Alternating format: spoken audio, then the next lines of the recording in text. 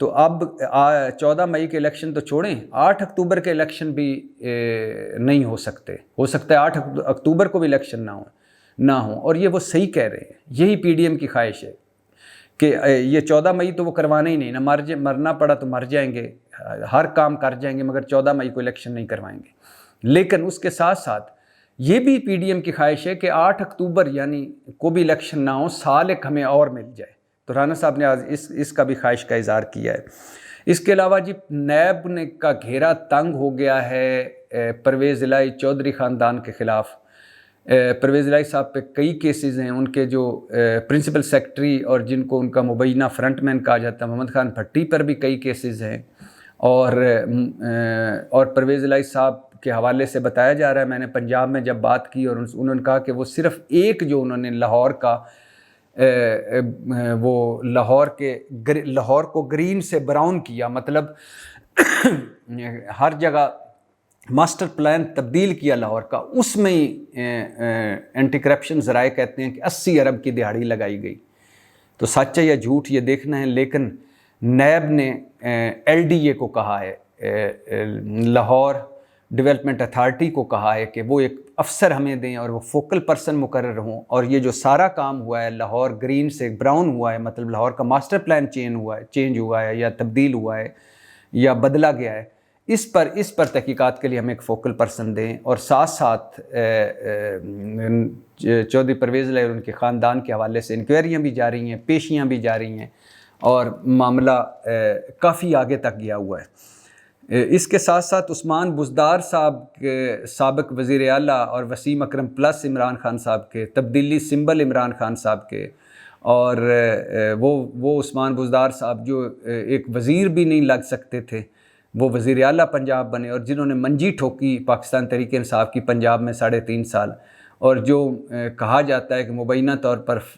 فرح گجر کو مرشد کہا کرتے تھے، اور فرح گجر اصل میں وزیر اعلیٰ تھیں، احسن جمیل گجر، اور عثمان بزدار صاحب ان کے آگے نائب تھے، اور عثمان بزدار صاحب وہی ہیں جن کو سابقہ اسٹیبلشمنٹ فوج کہتی رہی کہ ان کو بدلیں، یہ آپ کے لیے ٹھیک نہیں ہے،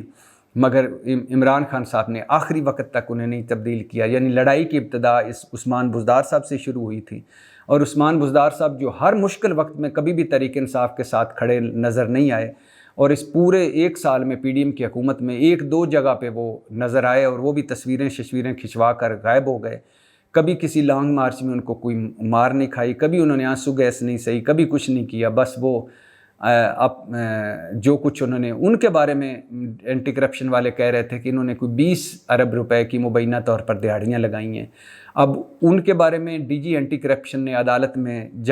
جواب جمع کروایا ہے کہ ہم عثمان بزدار کے خلاف 10 انکوائریاں کر رہے ہیں، اور انکوائریاں کافی سیریس سطح پر ہیں، تو ابھی ہم ڈیسائیڈ کریں گے کہ انہیں گرفتار کرنا ہے یا نہیں، انکوائریوں کا کیا کرنا ہے یا نہیں۔ اس کے علاوہ لاہور ہائی کورٹ نے جی توشہ خانہ کا 1947 سے، مطلب پاکستان بننے سے لے کر 2000 تک، 1947 سے 2000 تک کا ریکارڈ مانگ لیا ہے 53 سال کا، اور یہ کیونکہ 2000 سے لے کر 2022 تک کا ریکارڈ آلریڈی جو تھا وہ پبلش ہو چکا ہے، تو لاہور ہائی کورٹ نے کہا ہے کہ 1947 سے لے کر 2000 تک کا توشہ خانہ ریکارڈ، یعنی کتنے تحفے ملے ہمارے حکمرانوں کو، اور وہ کتنے تحفے وہ توشہ خانہ میں ہیں، اور کتنے تحفے وہ ساتھ لے گئے ہیں، اور کس طرح ساتھ لے گئے ہیں، یہ سارا ریکارڈ مانگا ہے۔ اور یہ جیسے میں نے پہلے بھی کہا تھا نا کہ اگر عمران خان کے توشہ خانہ کے علاوہ باقی توشہ خانہ ریکارڈ پبلش ہو گیا تو ساروں کو منہ چھپانے کی جگہ نہیں ملے گی، تو وہی ہوا کہ پتہ چلا کہ عمران خان نے 7 گھڑیاں لی ہیں، شاہد خاقان عباسی صاحب 13 گھڑیاں لے گئے ہیں، شوکت عزیز 34 گھڑیاں لے گئے ہیں، نواز شریف صاحب 11 گھڑیاں لے گئے ہیں، زرداری صاحب 10 گھڑیاں لے گئے ہیں، اسحاق ڈار صاحب 4 گھڑیاں لے گئے ہیں، خواجہ آصف صاحب 5 گھڑیاں لے گئے ہیں، بلاول بھٹو 2 گھڑیاں لے گئے ہیں، شہباز شریف 2 گھڑیاں لے گئے ہیں، اور بلاول بھٹو گلدان مفت میں لے گئے، جہانگیر ترین ارب کھرب پتی انسان ٹی سیٹ توشہ خانہ سے مفت میں لے گئے، اور شہباز شریف صاحب نے تو قہوہ دان، عربی قہوہ دان، عربی گل دان، تو پتہ نہیں عربی کافی دان، وہ بھی، اور پتہ نہیں کیا کیا پینٹنگ، سراہی اور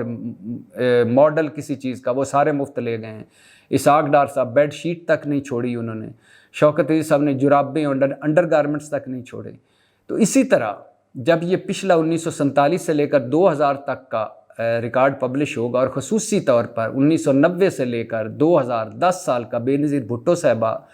اور نواز شریف صاحب کا ریکارڈ جب پبلش ہوگا تو لگ پتہ جائے گا کہ آپ دیکھیے گا کہ کس طرح کسائیوں کی طرح لوٹا گیا سارا کچھ، اور کتنے اونے پونے داموں پر لوٹا گیا۔ تو لاہور ہائی کورٹ نے کہا ہے کہ 1947 سے لے کر اب تک کا ریکارڈ پبلش کیا جائے، اور اس کے ساتھ ساتھ جیسا کہ آپ کو کہا ہے کہ 2 صوبوں کا الیکشن ایک مہمہ بنتا جا رہا ہے، مسئلہ کشمیر بن گیا ہے، نہیں کروانا چاہ رہے الیکشن حکومت، اور 4-5 محاذوں پہ جنگ جاری ہے، ملک کا سوا ستیہ ناس ہو گیا ہے، قوم کا سوا ستیہ ناس ہو گیا، بدترین معاشی بحران ہے۔ آپ اندازہ کریں، صرف اتنا اندازہ کریں، ایک مثال دے کے بات ختم کرتا ہوں کہ ہمارے پاس زر مبادلہ ہے $4 ارب اور بھارت کے پاس ہے $600 ارب، اور ہمارا جو روپیہ ہے وہ $300 کا $1 نہیں ملتا، اور ہمارا روپے افغانستان میں بھی اس کی تجارت نہیں ہوتی۔ افغانستان نے بھی پابندی لگائی ہوئی ہے کہ پاکستانی روپے میں تجارت نہیں ہوگی، اور بھارت 18 ملکوں سے اب اپنے روپے میں تجارت کرنے جا رہا ہے۔ تو یہاں ہم علیحدہ تو اکٹھے ہوئے تھے، وہ کہاں پہنچ گئے اور ہم کہاں پہنچ گئے؟ بات یہی ہے کہ انہیں جیرے بلیڈ نہیں ملے، بنارسی ٹھگ نہیں ملے، دولت شاہ کی چوئیاں نہیں ملے، ہمیں یہ سارے مل گئے، اور آج وہ کہاں ہیں اور ہم کہاں ہیں۔ پاکستان زندہ باد۔